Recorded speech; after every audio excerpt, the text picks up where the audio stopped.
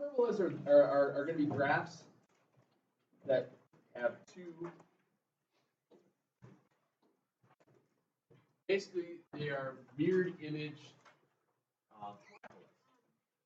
Okay. They still have vertices. They still have foci. The vertice always looks to the foci. They don't technically have what's called a co-vertice, but I still call it that. It's actually the minor axis, they call it, but we'll still use the terminology co-vertices. They still have A's, B's, C's, all that kind of fun stuff, but these guys will also have what are called slant asymptotes. Okay. Do you guys know what an asymptote is? No. An asymptote. I think that's right. I don't know. Asymptote. I don't remember how to spell it, but it's close enough. All right. So asymptote. What can't X be? 2. Why is that? Yeah, because it has 0 in the denominator. So what would happen here is that this would be like a domain restriction. So if you were graphing it, they'd have this vertical asymptote located at 2. Okay. It's nothing too crazy. I'm sure you might have seen something like that before. Asymptotes, they occur a lot. There's vertical asymptotes, there's horizontal asymptotes, and today we're just going to start with diagonal, slant asymptotes. We use the asymptotes in hyperbolas because when you have your asymptotes, depending upon the slopes of them, it allows you to see how the curves are going to be drawn. So as we get into it, you'll see why we look for these equations. Super easy to do, especially because it's not shifted. But back over to here. If you are, excuse me, if it's stretched up and down, formulas can be this.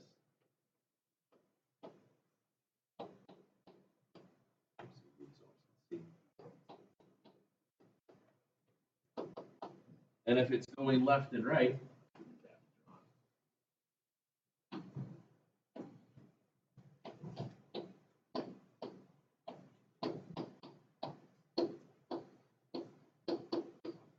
the difference between these and ellipses have a plus between the two. Hyperbolas are subtraction between the two. Also, the A and B, they just where they're placed, it doesn't matter which one's bigger or smaller. What matters with these is which comes first, the X or the Y. So if the X value comes first in the equation, it's going left and right. If the Y value comes first, it's going up and down. I shouldn't say it like that. It just depends on which one's positive, which one's negative. Here, the X value is minus the X value. Here's minus the Y value. That's why it goes left and right. Really easy to see how it goes. Okay. When we get into these things, I think the easiest thing to do will be just to kind of make an example and walk through the process. Okay. So let's see, we have x squared over a squared, y squared, b squared equals 1. What do you think the a value stands for?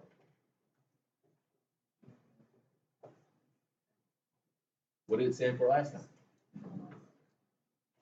A was the distance from center to vertex. B is the distance from the center to a co-vertex, even though it's not technically called that. And C would be the center to foci, or focus. How'd you find the C value with ellipses? Remember? Yeah, a squared minus b squared. Here, it's going to be the opposite. It's going to be plus. Okay. Easy way to remember it. The ellipses have a addition between them for the equations, which means c squared is subtraction. Hyperbolas have a minus between them, which means the c squared will be plus. Easy way to remember it is just the c squared will be the opposite sign of the generic form. Okay. Also, remember that the vertex will always look at it at the focus, no matter what. So if you're focused, you start doing, you get the wrong number, that means you goofed it. You done goofed it. So you'll be able to see, because again, this is super, super visual. Let's do an example. It's the easiest thing to do. Say we got y squared over 100 minus x squared over 75, 1.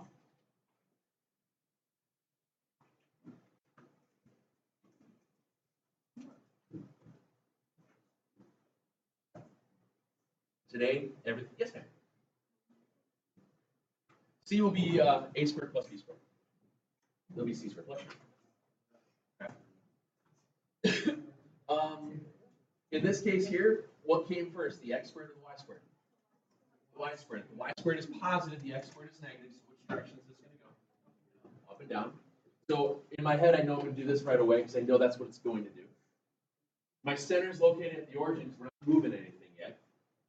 So we know that a squared is 100, b squared 75, which means c squared is going to be how much?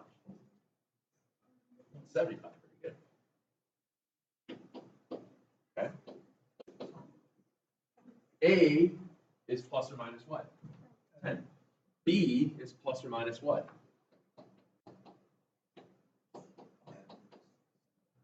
5√3. Very good. 5√3. What's C going to be then? How many quarters are in a buck 75? 7 of them. So it'll be 5√7.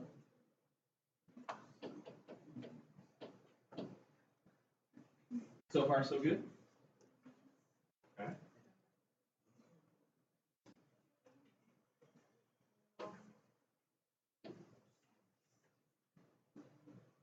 Our center is at the origin.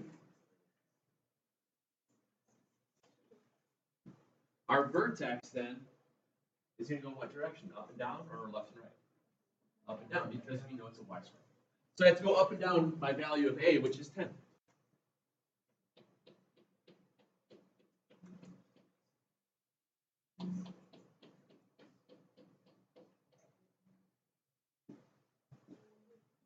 Those are my vertices.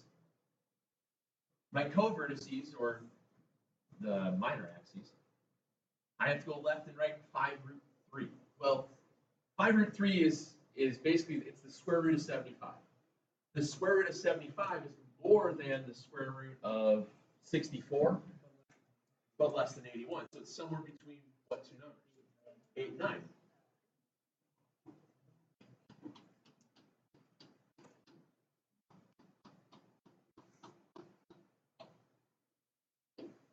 So as we're starting to label our stuff out, we have vertices at 0, 10, 0, negative 10, co-vertices, 5√3, negative 5√3, comma 0.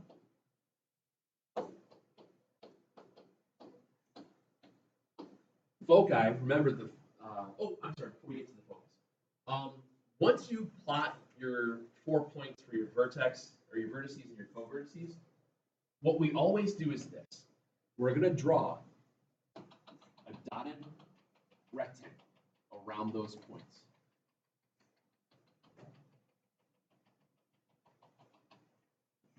Okay? The reason we do that is because the diagonals of that rectangle create slanted asymptotes.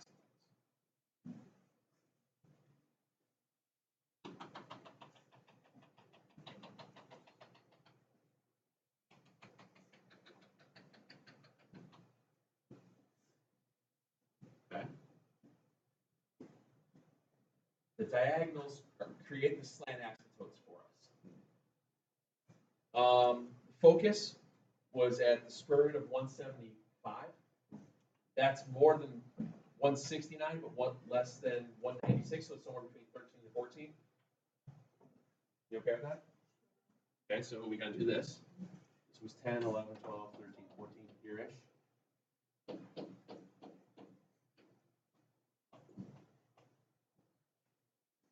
Probably should have done this graph on a separate sheet, but whatever. When you graph hyperbolas now, all you have to do is this. Hug the asymptote, go through the vertex, and hug the asymptote. Hug the asymptote, go through the vertex, and hug the asymptote.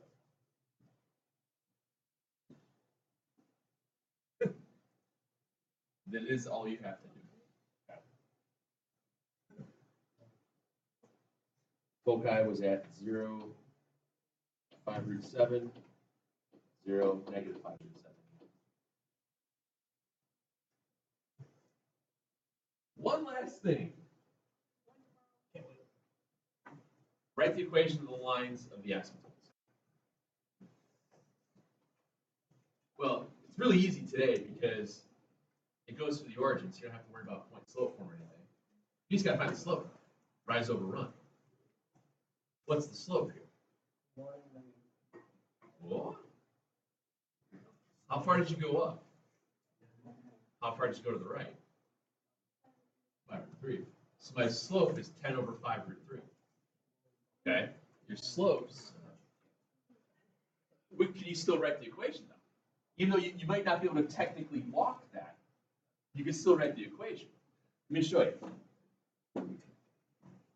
So we know that our rise and run, we went up 10, we went over 5 root 3. Since the equation of the line is going to today everything's going to be through the origin, I don't have to worry about my using point slope here at all. All I have to do is simplify that fraction. Well, that's easy. What's 10 over 5? 2. So it's 2 over root 3. And I know you guys have all simplified that radical before. Very good. So the slope of the asymptotes, your slant asymptotes, equation will be y equals 2 root 3 over 3 x plus or minus.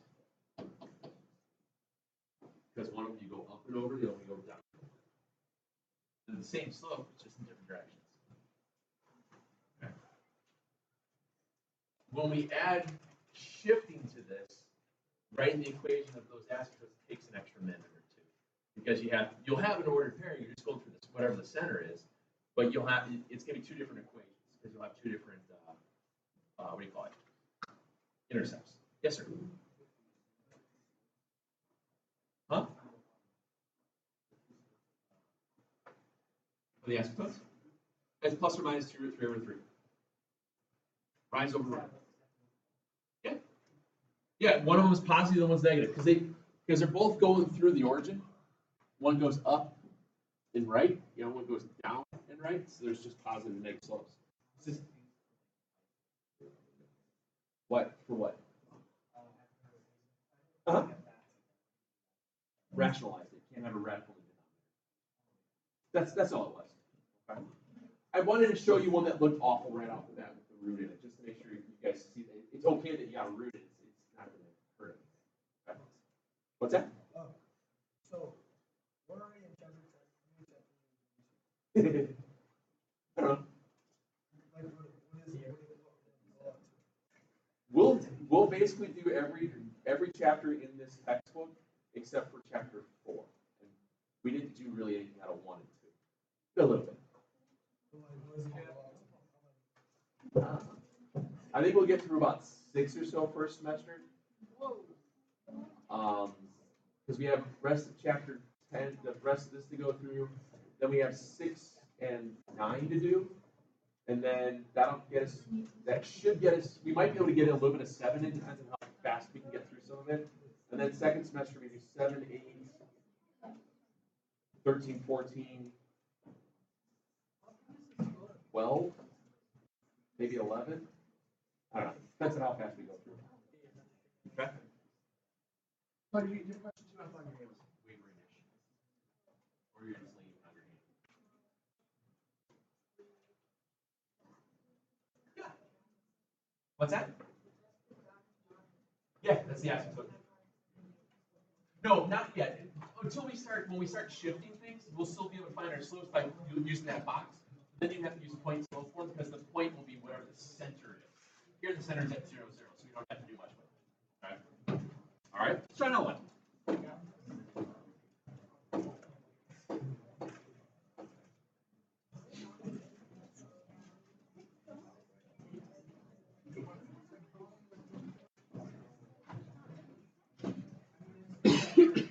Let's do the hyperbola given by the equation 4x squared minus 9y squared equals 36.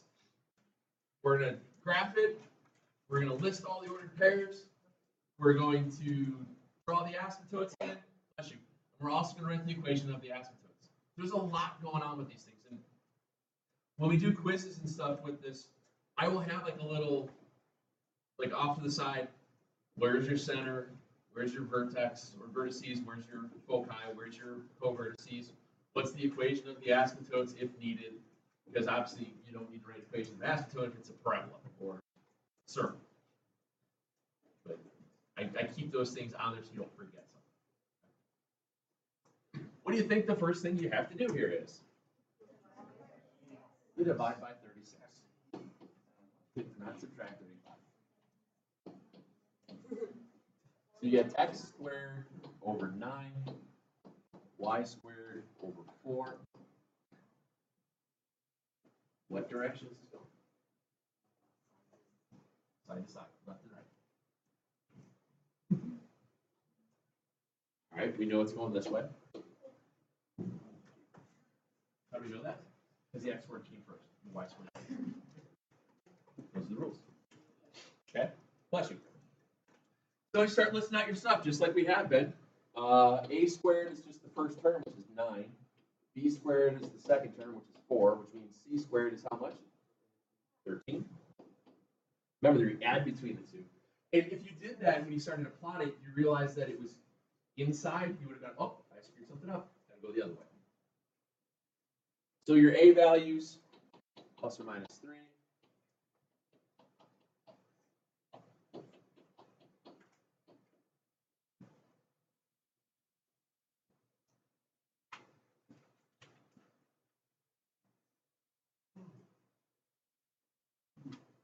Where is your center located? 0, 0.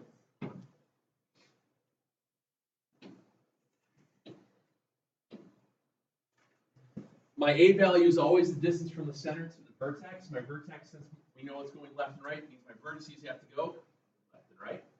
So I go left and right 3, and I make a dot for my vertices.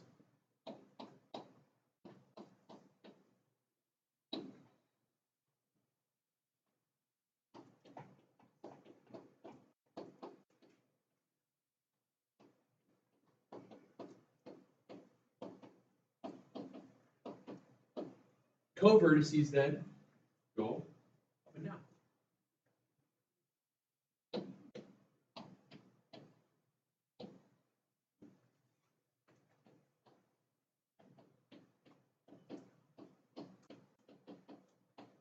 And once we get our co-vertices in, then we draw that little rectangle around everything.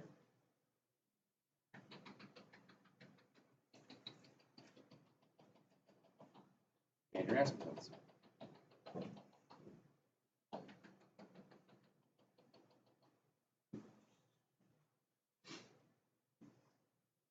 Focus is at the square root of 13, which is more than 9, but less than 16. Yes, sir.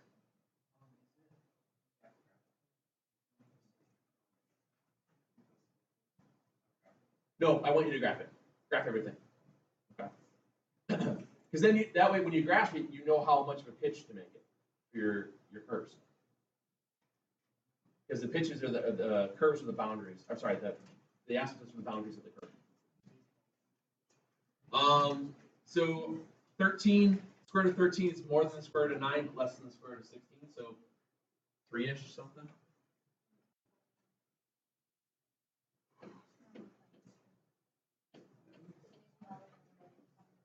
Okay.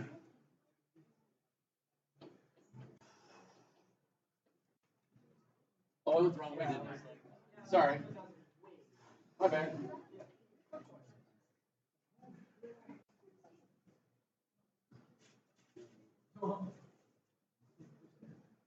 Yeah, somewhere around there. Sorry about that. About like that. Hug the asymptote, go through the vertex, hug the asymptote.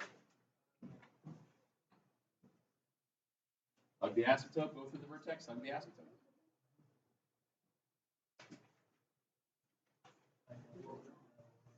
And then the last thing you would do then is list out the ordered pairs for the foci and write the equation. So the foci went left and right, so it was root 13, 0, and negative root 13, 0. This one's got a nice, much easier slope to deal with. We only had to go up 2, right 3, so we have a plus and minus 2/3 for slopes. So my equations will wind up being y equals plus or minus 2/3 x. Like I said, tomorrow or later in the week, when we start shifting those around, writing that asymptote out just takes a little longer. You just got to use the point slope form and fill in the blanks with the centers and stuff like that. Okay? Yes, ma'am. Yeah, I got that. I have one other thing to show you guys with all the conics.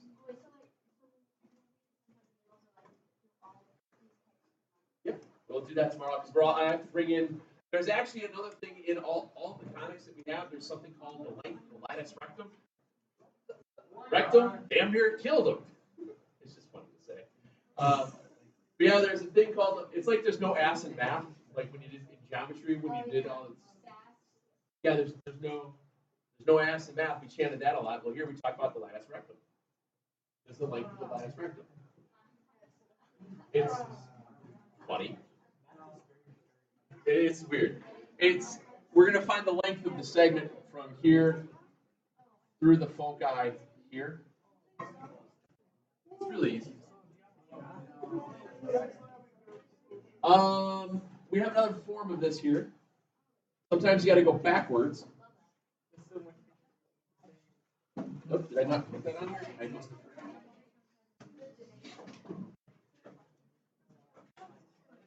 I apologize. I thought I had this on here. Must have deleted it. So,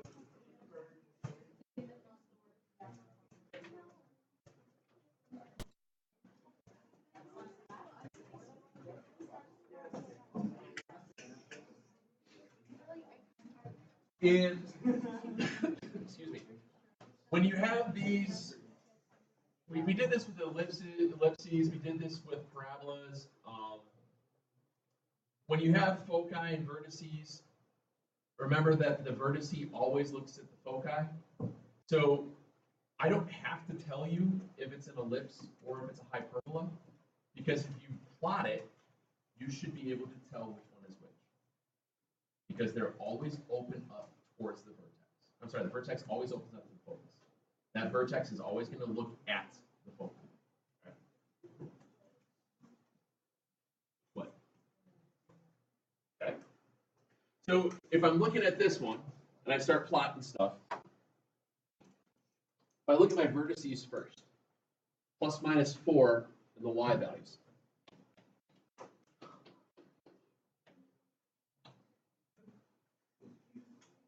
That tells you which one is it going to be, the x squared first or the y squared first? It's going to be a y squared. Since the vertices are up and down, that means it has to go up and down. Knowing that this isn't a hyperbola, this is a hyperbola section because I took it out of the hyperbola section. If I didn't know that it was a hyperbola, I'd have to then look at what is the equivalent of 5 root 6. Yes?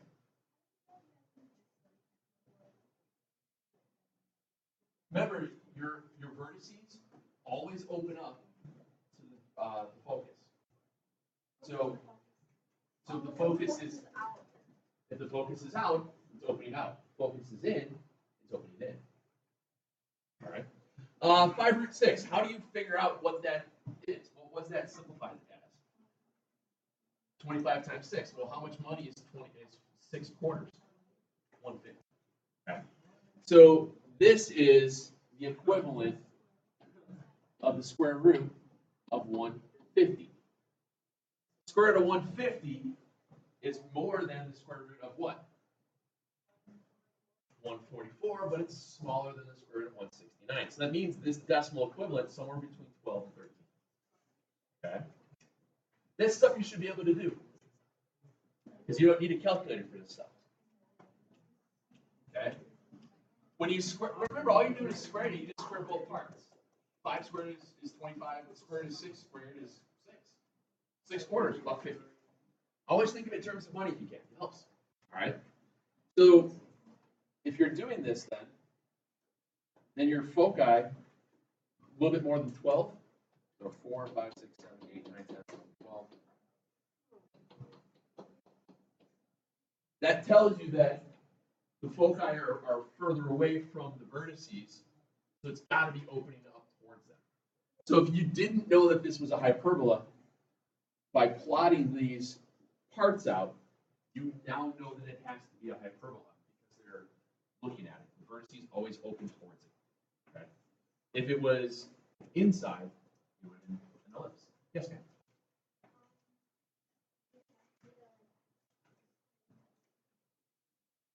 In this case, I'm just writing the equation, so you probably don't have to. Okay? But for the rest of them, yes. Okay? So now, you got to think about your distances. Your A value is always centered to vertex. Your C value is always centered to focus. Okay?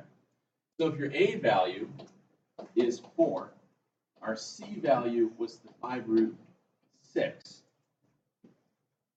What's A squared? 16. What's C squared? 150. So B squared then, since it's a hyperbola, 16 plus what? 150. 134. Now you have enough information to write the equation. Now you've got your A squared and your B squared. You get y squared over 16 minus x squared over 134. You're utilizing the information given to you to make it work. Okay? What's that? Okay. It's the idea that you have info, excuse me, to be able to plot it from. Okay.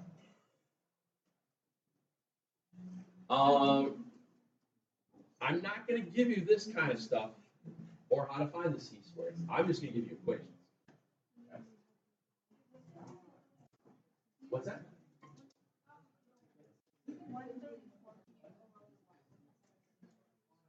No, it doesn't matter. It's just the vertex is always the A squared, so that's just always first. No, it's whatever comes. It's the A squared is always first. A squared is always first for hyperbolas. It's when you have ellipses, then you have to worry about it. A squared is the bigger of the two. Okay, A squared is just first for A squared is always first for hyperbolas. Okay. No, A squared is just first.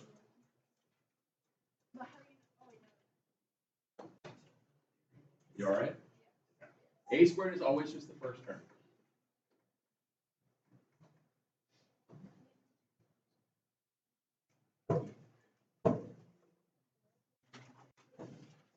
That didn't work.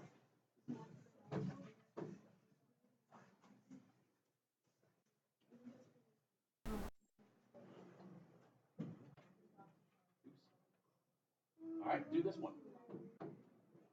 Write the equation out.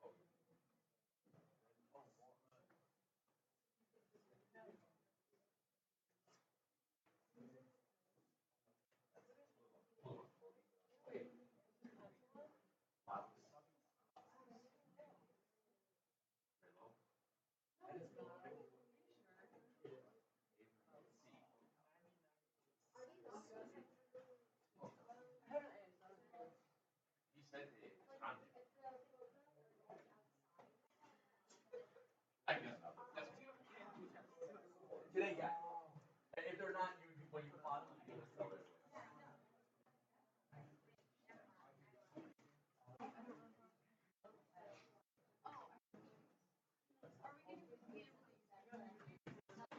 I don't think so. I'm trying to set this up where you don't need a calculator, but I will give you the formulas. Yeah, yeah, the formula stuff. I will give you these, and I'll still show a picture of which way they go. You just have to know how to do all the rest of it. So, yeah, if this was on there next to this written out, I would have that. Okay, that's what I do with these things. So, but if you have the calculator, when we get to the shifted stuff, then I'll let you have the calculator because it's got all the shifted formulas in it. These the numbers are so easy to work with. I'm not really worried about it. Those they get a little messier. So it doesn't hurt to have it. See fair? What's that? I would do that just so that way you always figure out what direction you're going. So you don't mess that up. You don't have to graph the whole thing. If you just start remembering the plot, that way you know which way things are moving around. It's easier. Like all I would do for this one, guys, as I start plotting, I can see right away that I know it's got to do this. I know it has to do this right away.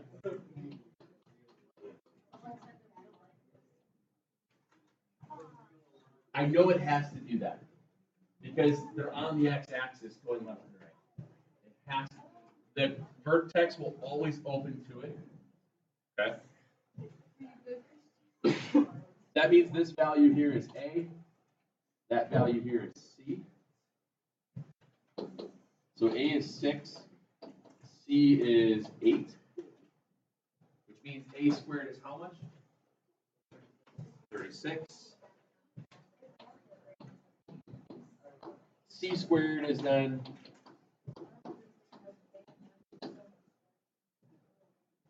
yes, ma'am.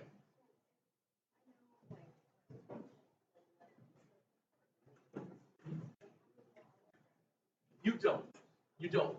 The reason I'm doing this now is so that when we get ones that are all funky looking, you understand why I did it.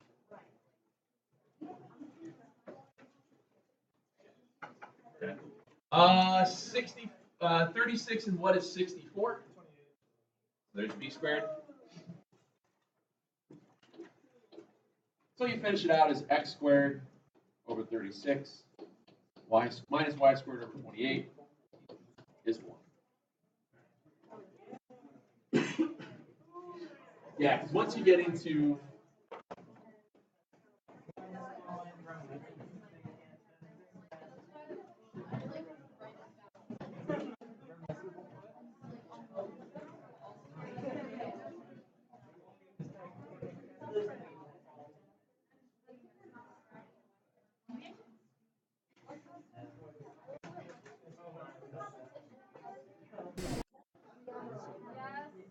because hey guys, the reason why I have you draw those things out is that when you get something that looks like this, if I blow this up. No, you don't have to do this, but I just want to show you there's methods to why. Yeah, method to the madness of how I try to set you guys up for later on. If I look at this and I have vertices at -4 and 2 and 1 and 2.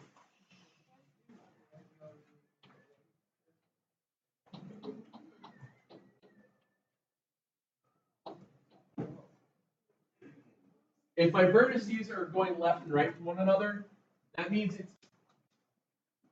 it's either going to be a hyperbola or an ellipse, because it's either stretched left and right this way as an ellipse, or they're looking left and right because it's a hyperbola.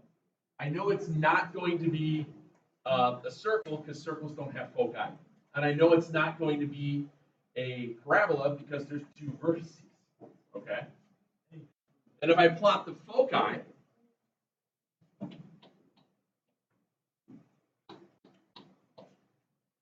What shape is this? bless you, it's got to be a hyperbola because it opens towards it. Okay? That's why I do this. Because then I can figure out where my center is. It would be the midpoint. What's halfway between -4 and 1?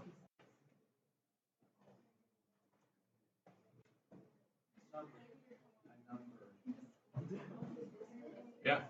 How far apart is -4 and 1?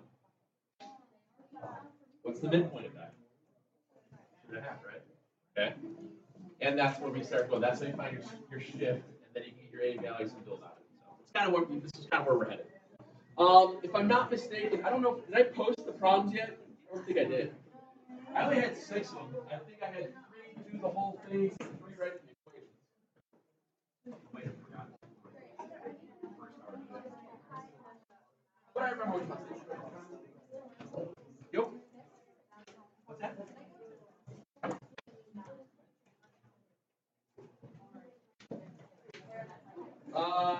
don't remember which ones I did.